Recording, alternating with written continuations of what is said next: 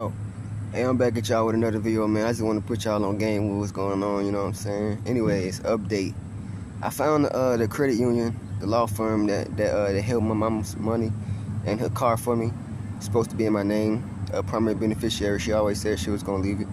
But anyways, I get there, man. You should see you should see the look on their faces, man. I think they know that they did something illegal, which really it ain't even their fault. Really, it's really the feds. You know, they really be trying to stop me from getting my money because I also got a big lawsuit on the feds coming. But the thing is, the lawyer money, the feds, you know, even though the feds, they watch you, so they know if you got the means to buy an expensive lawyer or a cheap lawyer or a court-appointed lawyer.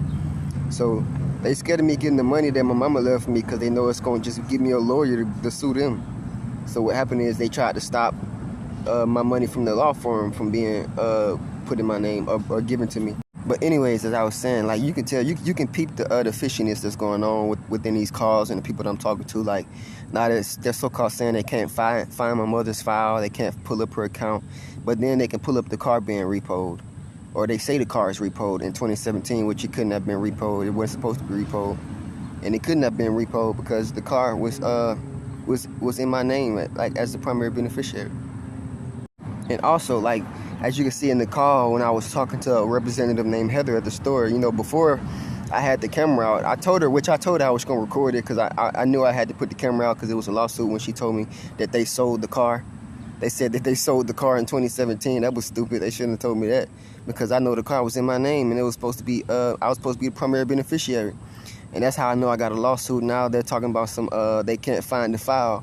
But how do you tell me that y'all sold the car if y'all can't find the file? If the car was on the file.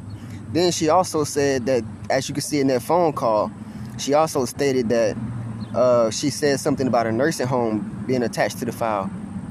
And I had to clarify that with that phone call. She said, oh, that's just what we were told. Well, that's also on the file. The nursing home that she got transferred to, that also was on the file. How would you know that she got transferred to a nursing home if it wasn't on file? And anyways, this is what I found funny. Okay, so the very first time I called them, this was maybe months ago, they said something about all I had to do was come up there and pay a certain amount. It was $5,000 left on the car that had to be paid or something like that. It was a cash out something. That's what they said. It was a cash out something. And I just needed to pay $5,000 or a percentage of that money. Really, I just needed to pay a percentage of that money. That's what she was saying. Just to get it off. And then it's funny because when I called the Heather person, she said otherwise. She said, oh, well, we sold that car. We don't know where the car is. We sold that car in 2017. Now she shouldn't have said that because that let me know, oh yeah, I got a big lawsuit now. And it's even more fishy now that they say that something about harassment is borderline harassment when I've only talked to them 3 times, including not including the few months ago when I called and they told me that I needed to pay $5,000, which is why I came all the way up here to pick up the car and pay the money. But it's funny how they're saying, I've been instructed not to talk to you. Hey, I got a big lawsuit. It's funny. I'm about to get big money. Like, you know what I'm saying? I've been instructed not to talk to you. You called yesterday. What the heck? I've only called yesterday and today.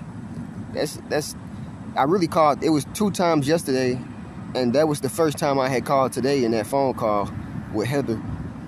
She told me to call them this morning. So that was the first time I talked to them in that phone call that I just posted today, and I talked to them twice yesterday. So it's funny. That's funny now. Hey, but I just want to let y'all know though what was going on. But anyways, I just wanted to let y'all be known, you know, how stupid the system is. You know, these feds, they're slow, like they're stupid. You know, I guess they look at me like I'm smart or a little too smart, but they really just stupid. I ain't gonna lie, they do stupid shit.